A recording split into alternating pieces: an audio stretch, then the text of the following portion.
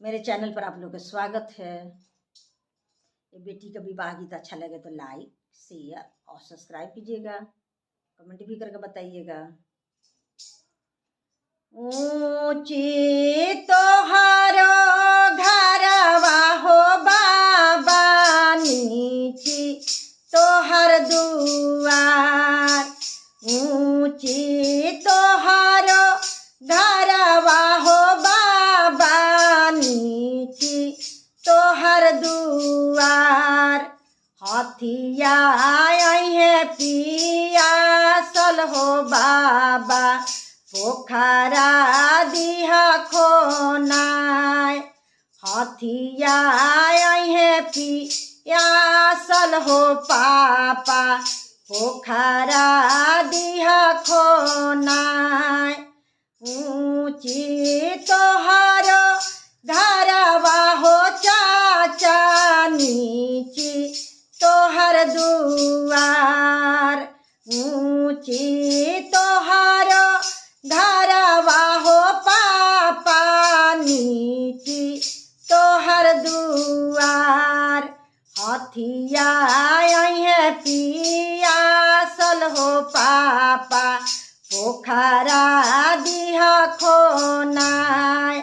हथिया है पियासल हो पापा, पोखरा दिहा खोनाय। ऊंची हमारो घरवा हो बेटी, ऊंची हमरो दुआर। ऊंची हमारो घरवा हो बेटी, ऊंची हमरो दुआर। हथिया है पियासल हो बेटी, पोखरा देव खोनमाय। हथिया है पियासल हो बेटी, पोखरा देव खोनाय। काई उनकर खैनिए पापा, काई लेनी उधार। काई उनकर खैनिए पापा, काई लेनी उधार। कवने करनवे हो पापा, साजन छेके दुआर। कवने करनवे हो चाचा, साजन छेके दुआर।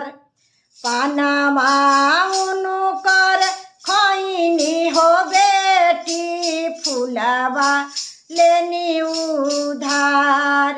पानमा उनकर खैनी हो बेटी, फुलवा लेनी उधार। तोहरे कारणवा हो बेटी, साजन छेके दुआर। तोहरे कारणवा हो बेटी, साजन छेके दुआर।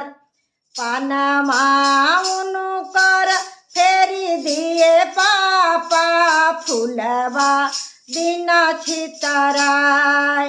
पानमा उनकर फेरी दिए पापा, फुलवा बिना छितराय।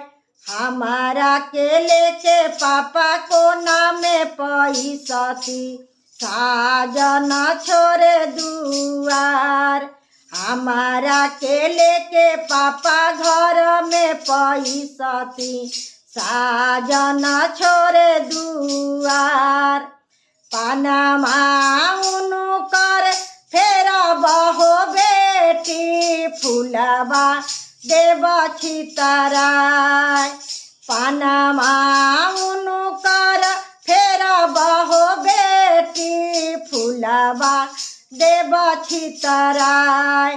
तोहारा के लेके बेटी चौका पर बैठब, साजन बियाही ले जास। तोहारा के लेके बेटी चौका पर बैठब साजन बियाहिले जात। तोहारा के लेके बेटी चौका पर बैठब साजन बियाही